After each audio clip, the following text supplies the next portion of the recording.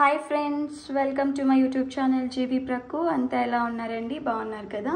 ఈరోజు మన వీడియో ఏంటంటే గోంగూర పచ్చడి అనమాట. ఇది గోంగూర పచ్చడి అంటుంటేనే నోరు ఊరిపోతుంది కదండి. చాలా టేస్టీగా, చాలా అసలు మనం వేడివేడి అన్నంలో తింటుంటే అలా అబ్బా ఎంత బాగుంటుంది. చూడండి, ఫస్ట్గా మనం ఈ గోంగూర పచ్చడికి ఒక కట్ట గోంగూర తీసుకొని ఈ విధంగా ఆకులు ఇడిపించుకొని బాగా వాష్ చేసి పెట్టుకున్నాను. అదేవిధంగా ఇప్పుడు మనకి సాసులు, మెంతులు, తెల్లగడ్డ, కారంకి ఎండుమిరపకాయలు అనమాట. సో ఇప్పుడు ఈ సాసులు అంటే ఆవాలన్నమాట. చూడండి, ఆవాలు మెంతుల్ని మనం ఆయిల్లో ఫ్రై చేసుకుందామండి. చూడండి ఫ్రెండ్స్, మనం ఇప్పుడు స్టవ్ అంటించుకొని పెనం పెట్టి పెనంలోకి ఆయిల్ వేసామన్నమాట.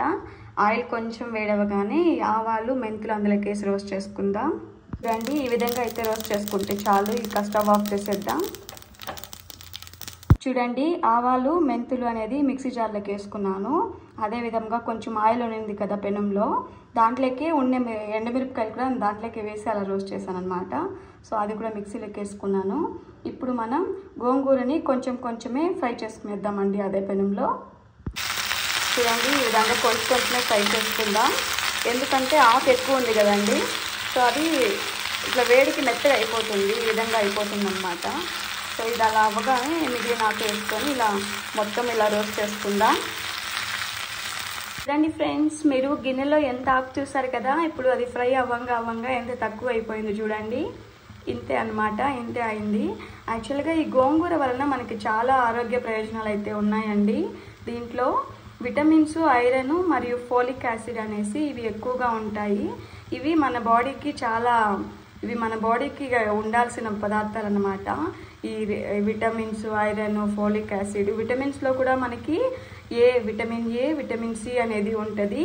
అదేవిధంగా కాల్షియం కూడా అండి. కాల్షియము, ఇనుము, ఫోలిక్ యాసిడ్ ఎక్కువగా ఉంటుంది అనమాట. పీచు కూడా ఎక్కువగా ఉంటుంది. ఇందులో ఐరన్ అనేది ఎక్కువ ఉండడం వల్ల ఏమవుతుందంటే మనం ఎక్కువ తినకూడదు అనమాట. అంటే మనం తినాలి. ఇది తినడం వల్ల ఆరోగ్య ప్రయోజనాలు అయితే ఉన్నాయి. అదేవిధంగా ఎక్కువ తీసుకోవడం వల్ల కూడా మనకి అది ఏమవుతుందంటే డైజెషన్ అవ్వదన్నమాట, అరగకుండా అయిపోతుంది. సో మనం లిమిట్గా తినాలి. డైలీ రెగ్యులర్గా తినకుండా అప్పుడప్పుడు తింటే ఏం కాదండి. సో ఇది చాలా ఆరోగ్యానికి అయితే మంచిది. మనం నార్మల్ క్వాంటిటీలో తీసుకోవడం వల్ల అయితే మనకి ఏం అవ్వదన్నమాట. చూడండి, ఈ విధంగా అయితే బాగా రోస్ట్ చేసుకున్నాను. ఇప్పుడు ఈ పచ్చిగా ఉంటే మనకి పచ్చివాసనలాగా ఉంటుంది చట్నీ, అందుకనేసి ఇలా రోస్ట్ చేస్తున్నాను అనమాట. అది కూడా మంట సిమ్లో పెట్టుకోవాలి. ఎక్కువ పెడితే ఏమవుతుందంటే ఇలా చూడండి, కొంచెం సిమ్లో పెట్టినా కానీ ఇక్కడ పెనంకి అతుక్కుంది కదా, అలా అతుక్కుంటుంది అనమాట. ఇంకా హై మంటలో ఉంటే ఇంకా బాగా అతుక్కునేస్తుంది. సో అందుకనేసి సిమ్లో పెట్టుకోవాలి. సిమ్లో పెట్టుకొని ఈ మాత్రం ఇలా అయ్యేంత వరకు బాగా ఫ్రై చేసుకుందాం. ఫ్రై అయ్యాక ఈ విధంగా బాగా ఈ ఆకులు కూడా ఫ్రై అయిపోయి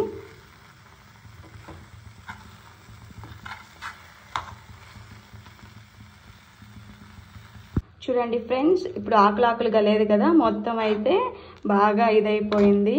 ఇప్పుడు స్మాష్ అయిపోయింది కదా చూడండి. ఇప్పుడు మనం ఇది చల్లారగానే ఇప్పుడు మనం చట్నీకి వేసుకుందాము. ఈలోపు మనము ఎండుమిరపకాయలు అది ఉంది కదండి, అది పొడి చేసి పెట్టుకుందాం. చూడండి ఫ్రెండ్స్, ఇందులోకి తెల్లగడ్డ వేసుకుందాం, గార్లిక్ అన్నమాట. అదేవిధంగా కొంచెం చింతపండు, ఇది వాష్ చేసుకున్నాను. ఎందుకంటే గోంగూర పుల్లగా ఉంటుంది. బట్ చూడండి ఫ్రెండ్స్, ఇందులోకి ఇప్పుడు మనం తెల్లగడ్డ వేసుకుందాం. అదేవిధంగా చింతపండు కొంచెం వేసుకుందాం. ఈ చింతపండు వాష్ చేసుకున్నాను. యాక్చువల్గా గోంగూర పుల్లగా ఉంటుంది, బట్ అయినా కూడా మనం కొంచెం చింతపండు వేస్తే కూడా మంచిదన్నమాట. సో చింతపండు అయితే వేస్తున్నాను. చింతపండుతో పాటు కొంచెం జీలకర్ర వేసుకుందాం.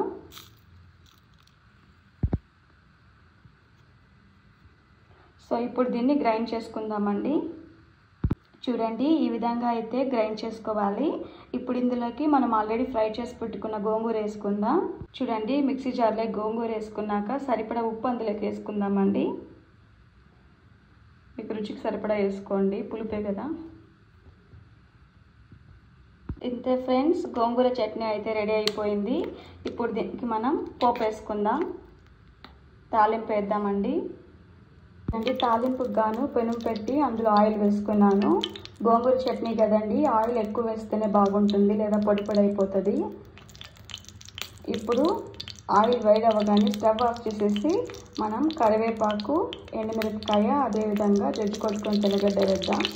చూడండి, ఈ విధంగా వేసుకున్నాక యాక్చువల్గా ఆల్రెడీ ఆయిల్ వేడైంది కదండి, సో దాంట్లోనే ఇవి వేగిపోయినాయి చూడండి. సో ఇప్పుడు మనం చట్నీ ఇందులోకి వేసుకుందాం. ఆల్రెడీ మనం ఆవాలు కానీ వేసాం కదా చట్నీలోకి, అందుకని ఇందులోకి వేయలేదు. ఓన్లీ ఎండుమిర్చి, కరివేపాకు, తెల్లగడ్డ జజ్జి కొట్టుకొని వేసుకుందాం లైట్గా. ఇప్పుడు చట్నీని బాగా మిక్స్ చేసుకుందామండి.